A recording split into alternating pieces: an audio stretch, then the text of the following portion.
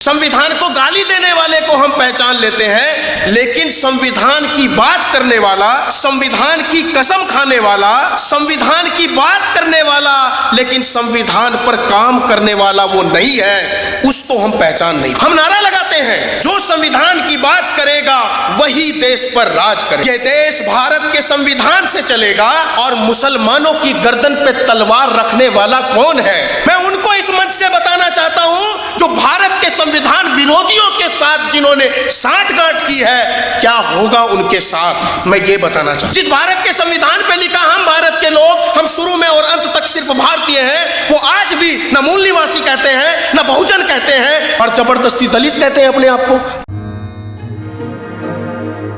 सर्वप्रथम मूल निवासी बहुजन समाज में जन्मे सभी पुरखों को मैं वैचारिक संवैधानिक वंदन करता हूँ।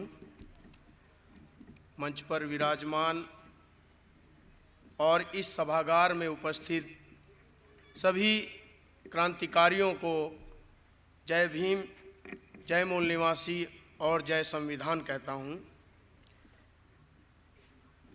ये जो टॉपिक रखा गया है, ये एक सिर्फ टॉपिक नहीं है, ये एक जिम्मेदारी है।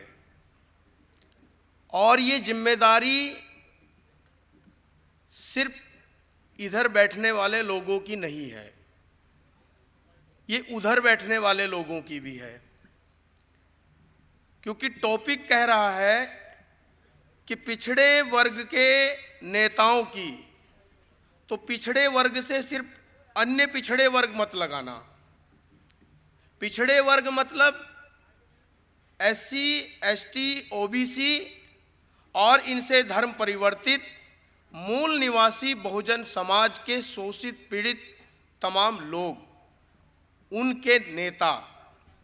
और नेता का मतलब इस टॉपिक से मुझे लगता है सिर्फ राजनीतिक नेता नहीं लगाना चाहिए, उसमें सामाजिक, आर्थिक, राजनीतिक, सांस्कृतिक और जीवन के किसी भी पहलू में नेतृत्व करने वाले लोगों को लगाएं तो शायद ज़्यादा अच्छा न्याय हो सकता है। दूसरा टॉपिक कह रहा है कि पिछड़े वर्ग के नेताओं की संविधान विरोधियों के साथ साठगांठ। क्या करें इनके साथ? पकड़ो इनको रंगे हाथ और फिर पूछो मार दिया जाए या छोड़ दिया जाए।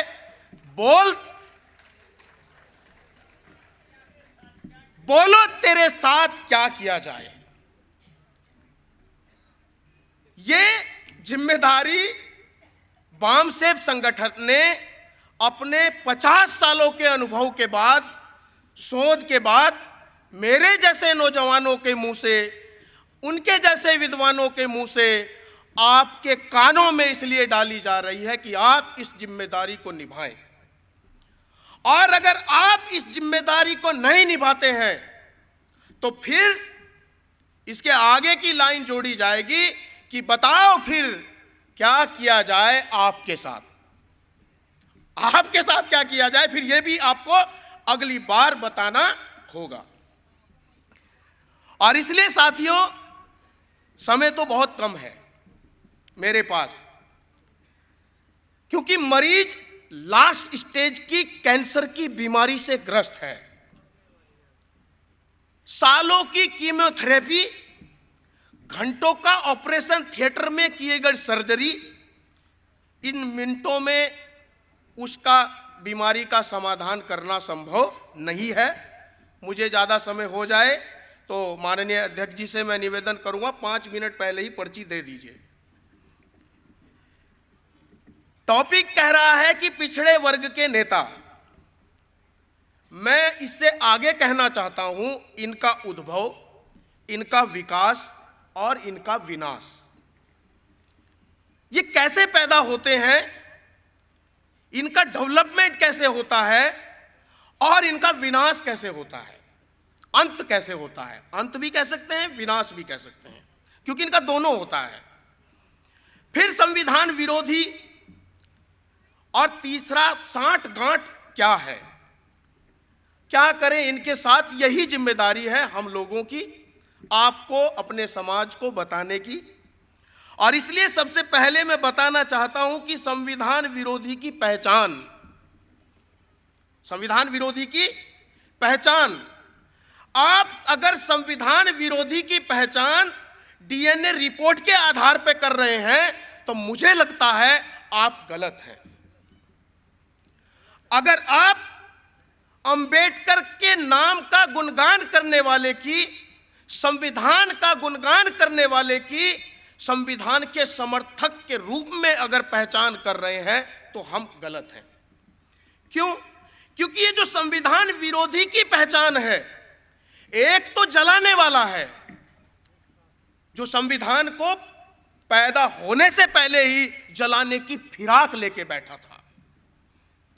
उसके बाप दादा बैठे थे उधर, उन्होंने अपने पूरे दिमाग के घोड़े तुड़ाए, फिर भी बस नहीं चला। और वो बात तालियां बजा के, डैश बजा के, हाथ उठा के सबने मानी। उसके बावजूद भी वो बेशरम उस संविधान को मिटाने की कोशिश करते रहे, ये कह के कि ये संविधान फला जात के आदमी ने बनाया। और इससे आगे की गलती कि उस फला जात के आदमियों ने भी बड़े गर्व से कहना शुरू कर दिया, हां हमारे ही बाप ने बनाया। तो क्या सिर्फ उस फला जात के बाप ने बनाया? नहीं, भारत की संविधान सभा ने भारत का संविधान बनाया। और उस संविधान सभा के महानायक बाबा साहब डॉक्टर अंबेडकर थे, इस बात को कोई छुपा नहीं सकता। साथियों, ये प्रत्यक्ष और अप्रत्यक्ष पहचान है संविधान विरोधियों की, कि जलाने वाले को हम पहचान लेते हैं, संविधान को गाली देने वाले को हम पहचान लेते हैं, लेकिन संविधान की बात करने वाला, संविधान की कसम खाने वाला, संविधान की बात करने वाला लेकिन संविधान पर काम करने वाला वो नहीं है, उसको हम पहचान नहीं पाते हैं। हम नारा लगाते हैं, जो संविधान की बात करेगा वही देश पर राज करेगा। बात करने वाला कौन कौन है? संसद की पैड़ियों पर वंदन करने वाला कौन है? यह देश भारत के संविधान से चलेगा और मुसलमानों की गर्दन पे तलवार रखने वाला कौन है? यह देश बाबा साहब के संविधान से चलेगा और बाबा साहब की औलादों की इज्जत लूटकर, उनको बेरोजगार रखकर, उनको सरेआम मरते हुए छोड़ने वाला कौन है?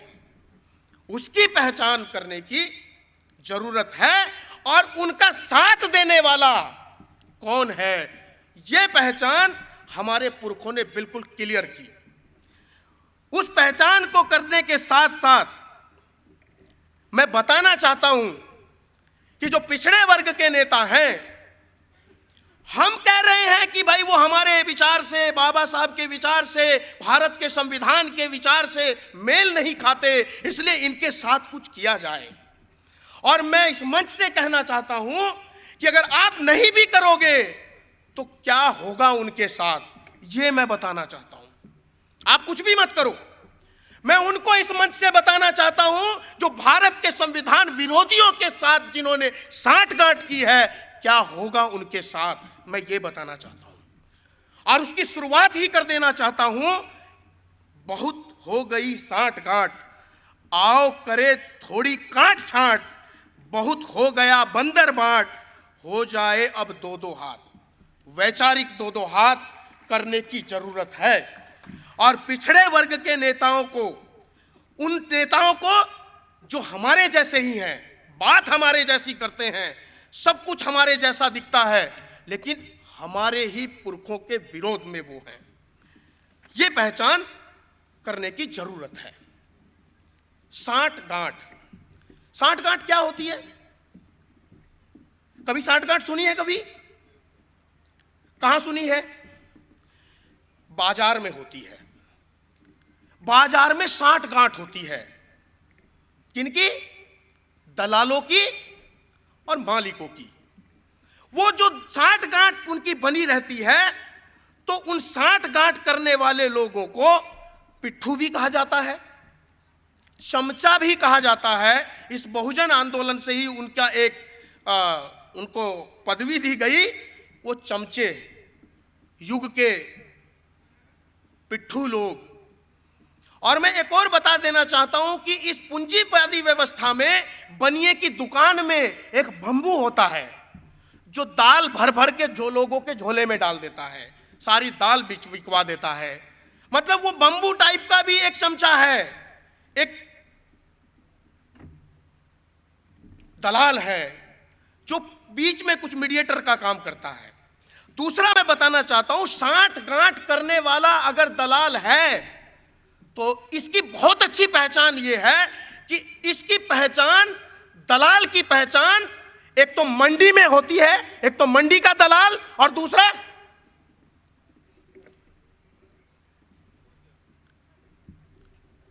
पगडंडी का दलाल। उसको तो समझ जाइए। और मेरा किसी स्त्री पुरुष से लेना देना नहीं है। सवाल यह है कि जिस देश में मुर्गे की कीमत 250 रुपए हो, उस देश में दिल्ली के अंदर 50 रुपए में महिला की इज्जत बेची जाती है। और वो दलाल, वो भड़वा, वो संविधान विरोधी, वो डॉक्टर अंबेडकर का हमदर्द कहने वाला, अपने आप को घोषित करने वाला एक बार मुंह नहीं खोलता। इसलिए उसके आज हिसाब करने की जरूरत है। एक मंडी वाला दलाल, एक पगडंडी वाला दलाल जो राहगीरी करके हमारे सीधे साधे लोगों को ठग लेता है, कॉलेज यूनिवर्सिटी जाने से पहले ही उनको खत्म कर देता है, नेता बनने से पहले ही उनको वो चमचा और दलाल बना देता है। उसकी पहचान करने की जरूरत है। मैं अपने क्षेत्र उत्तराखंड का रहने वाला, हरिद्वार जिले का रहने वाला हूं, और मेरे साथ एक घटना घटी। वो दलाल, वो कैसे चाटुकार हैं, वो कैसे पिट्ठू हैं, वो कैसे संविधान विरोधी साठगांठ करने वाले दलाल हैं, और कैसे वो राहगीरी करके हमारे लोगों को भटका देते हैं। जब मैं 2012 में बामसेफ संगठन से जुड़ा और पहले ही जोश में मैं घूम रहा था, 2012 में बीजेपी के एक नेता ने मुझे मंच पे भाषण सुन के कहा, कितना अच्छा काम करते हो बेटा।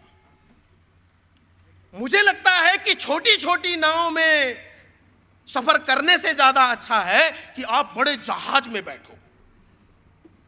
अगर कोई दिक्कत है तो मेरे से बात करना, ये मेरा नंबर, ये मेरा पता, तो तुम जरूर मेरे पास आना। बहुत सारे बूढ़े बुजुर्ग लोग सुन रहे थे। मैं छोटी सी उम्र का, 2012 में तो शायद इससे भी छोटा ही, और वो एक बुजुर्ग आदमी, सीनियर आदमी। तो मैंने उन बुजुर्गों के सामने उनको बोला, उस जहाज का मालिक कौन है, उस जहाज का ड्राइवर कौन है, कप्तान कौन है। और अगर उस जहाज का ड्राइवर मुझे नहीं पता, उस जहाज का मालिक मुझे नहीं पता, और वो जहाज जाने वाला कहां है, तो फिर मुझे ये जहाज में बैठने का शौक नहीं, मुझे अपनी टूटी फूटी कश्ती में ही बैठने का शौक है। मैं अभी अभी यहां मंच पे चढ़ा, मेरी हाइट छोटी है, मेरी औकात छोटी है। बामसेफ के लोगों ने 8 इंच का एक फट्टा लगा के मेरी हाइट बढ़ा दी। अभी कुछ औरों की भी बढ़ने वाली है, रमाशंकर सर की भी बढ़ेगी, मैडम की शायद, उसकी जो का तू रखा है। हम लोगों की औकात छोटी है तो समाज हमारी औकात बढ़ा रहा है। लेकिन ये औकात कब तक बढ़ाओगे? आप औकात बढ़ाते हो और वो आपकी औकात खत्म कर देता है। आप नेता बनाते हो, आप उसको मंच पे बुलाते हो और वो आपका ही खात्मा कर देता है। आपके ही मंच पे आके आपका ही प्रमोट किया हुआ नेता कहता मैं किसी संगठन का सदस्य नहीं हूं, वो फेमस हो जाता है, आप फेमस कर देते हो। अपने पैदा किए हुए नेता पे 1 रुपया इन्वेस्ट करना नहीं चाहते, और उसको 25,000 50,000 का किराया 10-10 बार रिक्वेस्ट करके दे करके उसकी 5 मिनट का भाषण, 10 मिनट का भाषण सुनते हो। वो नेता बन जाता है। और क्या होता है फिर मेरे साथियों, वो जब नेता बन जाता है तो आपको ही नकार देता है। और ऐसे बनाए हुए नेता क्या करते हैं फिर, वो इतनी महत्वाकांक्षा पाल लेते हैं कि जब आप उनका सम्मान देना या बराबरी की रखने की मनसाएं रखने लगते हो तो वो आपसे अलग हो जाते हैं और वो उनके साथ अपनी साठ गांठ कर लेते हैं, अपनी कीमत लगा लेते हैं। मौका देखते हैं वो कि बस मैं एक बार फेमस हो जाऊं और मुझे टिकट मिल जाए तो मेरा काम बन जाए। लेकिन मुझे अफसोस ये है कि मूल निवासी बहुजन समाज अपने पैदा किए हुए नेता में, अपने पैदा किए हुए बीज में, अपनी बोई हुई फसल में, अपनी बोई हुई फसल को काटने में और खाने में खुश क्यों नहीं है? आसमान से टपके हुए नेता, फेसबुक से टपके हुए नेता, उनमें ही हमारी दिलचस्पी क्यों है? उनके साथ सेल्फी लेने की आदत कब छूटेगी? और ये कारण है कि वो जब नेता बनता है तो वो इधर से प्रमोट होता है और वो उधर वाले उसको ज्यादा ऑफर दे करके अपने पास ले लेते हैं। इससे क्या होता है? इससे वो आपके, हमारे समाज के पुरखों के संविधान के विरोध में ही अपने आप को उधर एक पुतला बना के खड़ा करता है। साथियों, एक पुतला मुझे हरिद्वार के एक विधायक मिला। मूल निवासी संघ ने जनप्रतिनिधि उद्घोष आंदोलन चलाया कोरोना पीरियड में, जब सारे अधिकारी, कर्मचारी, नेता, अभिनेता अपने घरों में बैठे थे, फेसबुक पे भाषण दे रहे थे। मूल निवासी संघ का एक एक कार्यकर्ता वो ज्ञापन लेके अपने अपने विधायक और सांसद के पास जा रहा था। मैं उनमें गया, मेरे मूल निवासी संघ के साथी, और मैंने वहां के विधायक को बोला कि हमारे समाज की इतनी इतनी समस्या है, इस पे कुछ करो। वो विधायक बोलती है, हमारी कोई सदन में सुनता नहीं है। रिकॉर्डेड है हमारे पास, वीडियो बना रहे थे राजा गौतम जी, हमारे साथी एमएनटी के, और उसने बोला कि हमारी कोई सदन में सुनता नहीं है। तो मैंने उसको बोला, अगर आपकी सुनता नहीं है तो इस्तीफा दे दो। तो वो बोले, नहीं इस्तीफा कैसे दे देंगे, ऐसा थोड़ी होता है। मैंने कहा ऐसा होता है। जिस बाबा साहब अंबेडकर की हम औलाद हैं, उस बाबा साहब अंबेडकर ने जब देखा कि मेरे एससी एसटी ओबीसी समाज के लोगों के साथ अन्याय, अत्याचार और उनके अधिकार उनको नहीं मिल रहे हैं, तो उन्होंने लात मार दी कानून मंत्री के पद को। मारी कि नहीं मारी? तो बोली हाँ पता नहीं है। इसके बाद हमारा ही समाज का बनाया हुआ एक विधायक, वहीं का वो विधायक बनाया हमारे समाज के बहुजन आंदोलन ने, और वो क्या करता है, मेरे जैसा नौजवान नेता बनने के चक्कर में रोज विधायक जी को नमस्कार करता है, उसके पास जाता है, और विधायक दूसरी कास्ट के, हमारे से ऊपर कहे जाने वाले लोगों के पास बैठा होता है। मैं भी उस दिन बैठा था, और वो हमारे साफ सुथरे कपड़े पहने एक बुजुर्ग आदमी को, जो नेता बनने की और एक कॉन्ट्रैक्टर बनने की बेचारी इच्छा रखता था, उनके सामने उससे झाड़ू उठवाता है। बोले ये झाड़ू उठा के उधर रख दे, ताकि उनको बताई जा सके कि ये नेता नहीं है, कुर्ता पहन के यहां से आया है, ये मेरा चमचा है, मेरा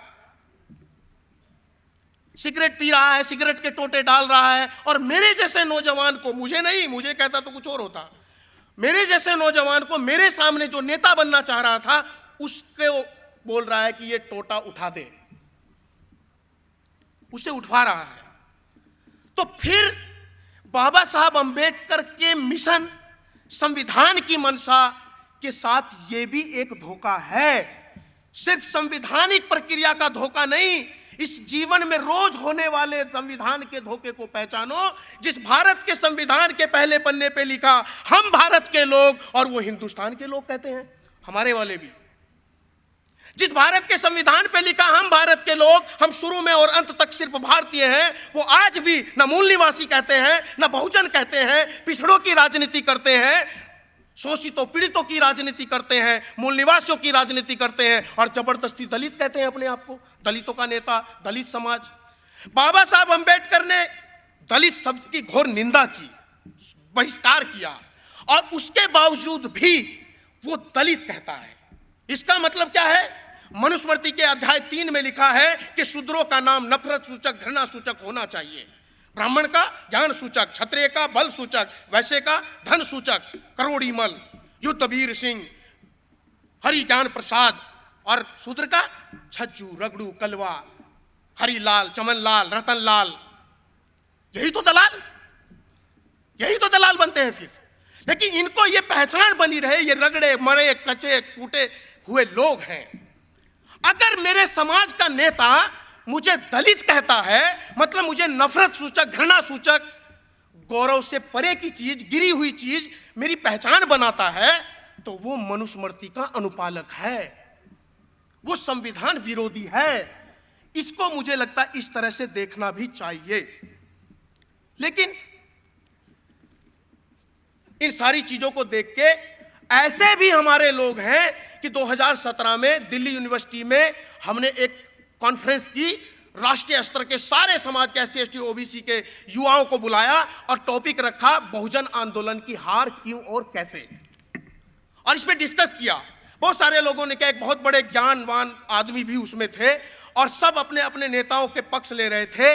और जब ये सारे शब्द उठे तो वो नेता बोल रहा है कि हमारा नेता पर्चे में पढ़ के भाषण इसलिए देता है क्योंकि उसके गले का ऑपरेशन हो रखा है।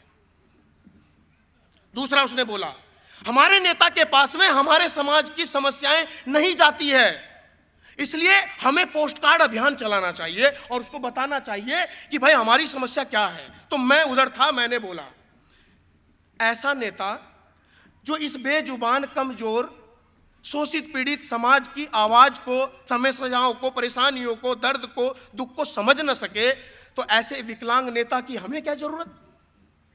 और फंस गए। फिर मुझे टॉयलेट में ले जाके अलग से बोले, आप कहां से? मैं उत्तराखंड से। ऐसे नेता जो बामसेब के मंच पे मूल निवासी कहते हैं और अपने मंच पे जाके दलित शब्द की परिभाषाएं गढ़ते हैं, उनको बार बार नेता बनाते रहो और फिर टॉपिक लगाते रहो कि पिछड़े वर्ग के नेताओं का संविधान विरोधियों के सांठगांठ। इनकी पहचान कैसे करोगे? जो डायरेक्ट बीजेपी में उनकी तो कर लेते हो, हमारे वाले हमारी साथ में उनकी कैसे करोगे? इसलिए साथियों, इसके आगे, उनके आगे भी, हमारे आगे भी और सबके आगे निजीकरण हुआ। BSNL का निजीकरण यह कह के किया गया कि यह घाटे में है, इसलिए इसको बेच दो। कितने में बेच दो? मरीज मर रहा है, बचाने के लिए कितने चाहिए? 75,000 करोड़ रुपए। मारने के लिए 95,000 करोड़ रुपए। BSNL को अगर खत्म करना है तो 95,000 करोड़ रुपया खर्च होगा, और अगर बचाना है तो 75,000 करोड़ रुपया खर्च होगा। और भारत में सरकार में बैठे हुए लोग कह रहे हैं मरीज को मार दो, BSNL को बेच दो। 27,000 किलोमीटर नेशनल हाईवे बेच दिया, 25 एयरपोर्ट बेच दिए, 9 पोर्ट बेच दिए, 500 रेलवे स्टेशन बेच दिए, 3 lakh kilometre tele fibre line बेच दी, 761 माइनिंग ब्लॉक्स बेच दिए, 2 नेशनल स्टेडियम बेच दिए, 80 किलोमीटर गैस पाइपलाइन बेच दी। मेड इन इंडिया है कि बेचो इंडिया? और निजीकरण के खिलाफ हमारा वो नेता नहीं बोलता है। हमारे बच्चों को कोई नौकरी नहीं बोलता है। हमारे साथ रेप हो जाए नहीं बोलता है। क्या कहता है? बेटी बचाओ बेटी पढ़ाओ। संविधान क्या कहता है? नेता कह रहा है, सरकार कह रही है बेटी बचाओ बेटी पढ़ाओ, सुनने में बहुत अच्छा लगता है। और संविधान क्या कहता है? सरकार कह रही है बेटी बचाओ, बचा सको तो बचाओ, नहीं बचा सको तो मत बचाओ, पढ़ा सको तो पढ़ाओ, नहीं पढ़ा सको तो मत पढ़ाओ। हमारी कोई जिम्मेदारी नहीं है। अपनी जिम्मेदारी जनता के सर पे थोप दी और बेशर्मी से कह रहे हैं बेटी बचाओ बेटी पढ़ाओ। और संविधान कहता है भारत के केंद्र की और राज्य की सरकारों की ड्यूटी है कि हम बेटी को बचाएंगे भी और बेटी को पढ़ाएंगे भी। भारत के संविधान की प्रस्तावना के पहले पन्ने पे लिखा, हम भारत के लोग भारत को एक संपूर्ण प्रभुत्व भारत राष्ट्र बनाएंगे और भारत के लोगों को सामाजिक, आर्थिक और राजनीतिक न्याय देंगे। राजनीतिक कसाईयों ने क्या किया? सामाजिक और राजनीतिक की सीरीज को खत्म कर दिया। सामाजिक और राजनीतिक न्याय आज तक नहीं मिला और सामाजिक और आर्थिक न्याय की बात नहीं हुई और राजनीतिक न्याय के लिए चिल्लाते हैं ईवीएम खराब है, ये हो रहा है, वो हो रहा है। क्यों? इसलिए मैं इनको पॉलिटिकल कसाई कर रहा हूं। इसलिए कि ज्योतिबा फूले साहब ने अपनी इस किताब में कहा, किसान का कोड़ा में, कि ये कौन है? एक छुरा कसाई होता है। कौन होता है? छुरा कसाई, जो छुरे से काटता है। और फूले साहब ने कहा एक कलम कसाई है, जो कलम से काटता है। और मैंने तीसरे की खोज करी, एक जबान कसाई है, मेरे जैसा जय भीम बोलता है, जय संविधान बोलता है और दुश्मन का पिट्ठू बनके डायरेक्ट और इनडायरेक्ट उसके खेमे में रहता है। आप पहचान नहीं पाते? अंबेडकर के एनिहिलेशन ऑफ कास्ट की बात नहीं करता, जाति पे गर्व की बात करता है। द ग्रेट चमार कहता है, द ग्रेट गुजर कहता है, द ग्रेट अहीर कहता है, द ग्रेट हिंदू कहता है, द ग्रेट मुसलमान कहता है, जय भीम भी कहता है। ऐसे नेताओं को क्या कहेंगे जिन पे आप बार बार विश्वास कर देते हो, उनको बना देते हो, बना बनाया अपना लेते हो। उन नेताओं ने आपके खेत को बंजर बांझ बना दिया है। किसान की कोख को जैसे हाइब्रिड बीज ने बांझ बना दिया और जमीन को बंजर बना दिया, ऐसे अगर हाइब्रिड बीज को लेके आओगे, बाड़े के नेता जो बाड़े में परिवार तंत्र से पैदा हुए हैं, परिवार तंत्र का विरोध करने वाले, जातिवाद का विरोध करने वाले, अपने ही भाई भतीजों को नेता बनाने पे तुले हैं, ऐसे बाड़े के नेता। और दूसरा है भाड़े के नेता, जो भाड़े से चलते हैं दुश्मन के। और तीसरा फेसबुक यूट्यूब से जिन्हें तुम अपना नेता हम मान रहे हैं, वो कबाड़े के नेता। अगर अपनाओगे तो मारे जाओगे, और अपनाना है तो अखाड़े का नेता पैदा करना पड़ेगा।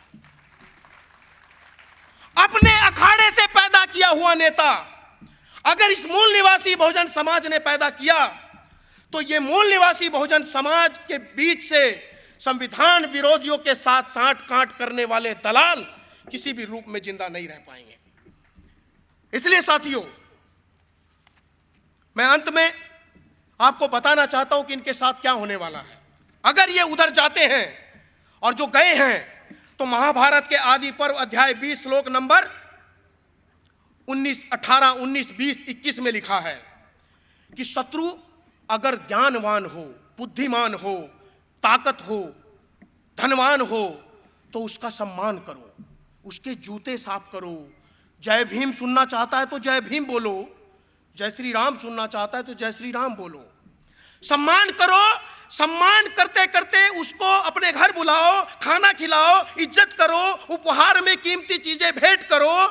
सम्मान को अति सम्मान में बदलो, कॉन्फिडेंस को ओवर कॉन्फिडेंस में बदलो, और मौका देखते ही जैसे सर पे रखे घड़े को पत्थर पे पटक के फोड़ देते हैं, ऐसे ही उस शत्रु को कुचल देना, जैसे सांप के फन पे पैर रख के कुचल देते हैं।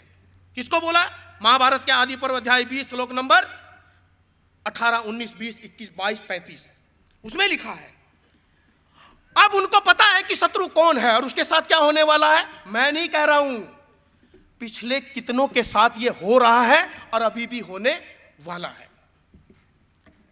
लेकिन आप नागनाथ की पहचान करते हो, आप सांपनाथ की पहचान करते हो, आप सपोले नाथ की पहचान नहीं करते हो। आम आदमी के रूप में खास आदमी आ जाता है और वो सपोला, आप उसके पानी पिलाते हो, दूध पिलाते हो, सोचते अरे बच्चा है कुछ नहीं करेगा, बड़ा होता आप ही को डस लेता है।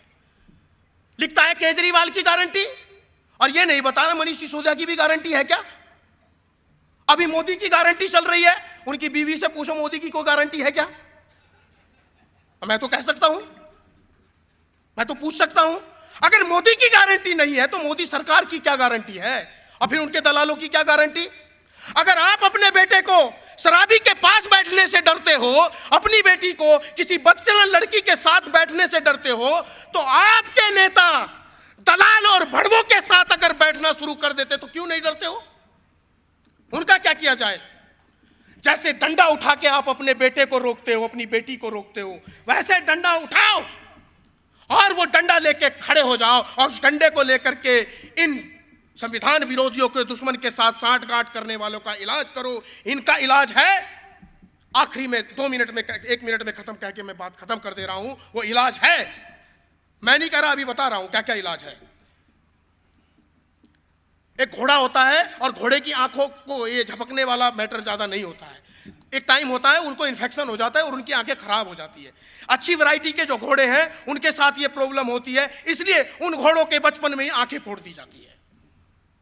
ये घोड़े ऐसे ना बन जाए क्या इनकी आंखें फोड़ दी जाए। दूसरा, गाय का बच्चा अगर स्वतंत्र जिंदगी जीता है तो सांड बन जाता है, और नियंत्रित जिंदगी अगर उसको जीने की शुरुआत कराई जाए तो बैल बन जाता है। क्या इनकी नसबंदी कर दी जाए। आप सोचो, मुझे नहीं पता। एक तांगा चलाने वाला अगर घोड़े की आंख खुली करके चलाए तो कभी इधर भाग जाता है, कभी इधर भाग जाता है। क्या इसकी आंखों पे वही पट्टी बांध दी जाए। आपको सोचना है। लेकिन मैं आपको अपना एक समाधान बताना चाहता हूं। राजनीतिक साठगांठ करने वाले दलाल के साथ राजनीतिक बहिष्कार करने की हिम्मत रखनी पड़ेगी। सामाजिक साठगांठ और दलाली करने वाले के साथ सामाजिक बहिष्कार की हिम्मत रखनी पड़ेगी। वैचारिक साठगांठ उनके साथ करने वाले दलाल के साथ हमें वैचारिकी बहिष्कार करना पड़ेगा। साथियों, इससे आगे एक और सुझाव दे देता हूं। वो सुझाव ये है, अगर आप ये भी नहीं कर सकते तो इनकी तरफ देखना बंद कर दो, इनको नोट वोट सपोर्ट देना बंद कर दो, इनको फेसबुक पे यूट्यूब पे लाइक देना बंद कर दो, इनकी मुझे वीडियो मत भेजा करो। मेरी किसी को भेजो, बोरकर साहब की किसी को भेजो, रमाशंकर जी की किसी को भेजो, मत भेजो, लेकिन हमें इनकी वीडियो मत भेजो। आप क्या बताना चाहते हैं? नीला पटका डाल के मूछें ऐंठ करके नेता बनता है? किसी बेटी के यहां बलात्कार हुआ वहां जाकर के भाषण देने वाला नेता होता है? नहीं होता है। जैसे घर में पालतू कुत्ता अगर गली में कोई घुस जाए तो कभी छज्जे पे जाके भौंकता है, कभी आंगन में जाके भौंकता है, काटता ही नहीं है। वैसे ही वो आपकी हमारी बेटियों के साथ अन्याय होता है और उधर वो दलाली कर लेता है और आप उसको नेता कहते हो। ऐसे सपोले नाथ के बाद केचवा नाथ, जो 1 से 2 साल के बीच 106 बच्चे पैदा करते हैं और उनकी उम्र कुछ भी नहीं होती। आप सोचते हो सांप के जैसा है, आप पालने की कोशिश करते हो, लेकिन वो सांपनाथ, नागनाथ और केचवा नाथ के बाद पैदा होने वाला केचवा नाथ, सांपनाथ, नागनाथ और सपोले नाथ के बाद केचवा नाथ, जो जय भीम बोलता है, आपको लगता है ललित जैसा ही है और आप उसको सांप समझ लेते हो कि भाई ये लड़ेगा उसके साथ, लेकिन वो चारे का काम करता है। उसको पहचानने की जरूरत है। मैं साथियों, मुझे आप लोगों ने इतना सारा समय दिया और अंत में ये कहना चाहता हूं मेरे साथियों कि अपने अखाड़े के नेता तैयार करो और डरो मत। अपने लंगड़े घोड़े पर ही दांव लगाओ। भाड़े के और कबाड़े के घोड़े पर दांव मत लगाओ, अपने लंगड़े घोड़े पर दांव लगाओ। तो एक दिन आपके पैरों वाले घोड़े जब पैदा होंगे, बिना पैरों से ये कह कर के उड़ान भरेंगे कि मेरे पुरखे लंगड़े होकर भी दौड़ते थे, भागते थे, तो मुझे उड़ना होगा और उन्हें आसमान में उड़ाने का, उन्हें सदन में कुर्सी पे जकड़ने का, विरोधी विपक्ष को पकड़ने का आपको साहसी घोड़ा बनाना होगा। और अगर आप बनाना चाहते हो तो मैं वो लाइन दोहरा देता हूं कि अगर नहीं बनाओगे तो फिर यह जरूर बताना है कि क्या किया जाए आपके साथ। और इस किताब में ज्योतिबा फूले साहब ने कहा, मैं नहीं कह रहा हूं, फूले साहब ने कहा, मेरे भोले किसान अगर तेरे साथ जुल्म होगा, मैं थोड़ा विश्लेषण करके बता रहा हूं शॉर्ट में, अगर तेरे साथ जुल्म होगा तो तू उठाना कोड़ा और मारना जुल्मी की कमर पे कस के। एक और लाइन आगे बोली, और अगर जुल्मी का साथ देने वाला तेरा ही किसान भाई होगा तो उसको भी मारना कोड़ा कस के तू।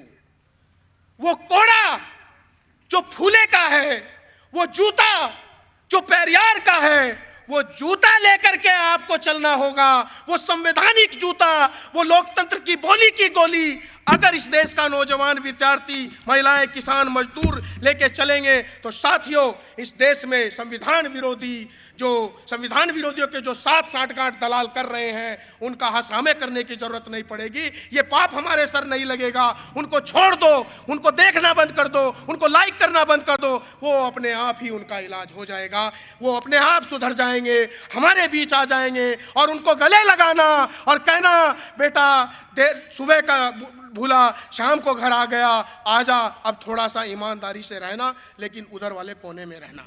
धन्यवाद। जय भीम, जय मूल्यवान। MNT न्यूज़ नेटवर्क को सब्सक्राइब करें, लाइक और फॉलो करना ना भूलें। साथ ही बेल आइकॉन दबाकर जन जागृति की मुहिम में जुड़े रहें।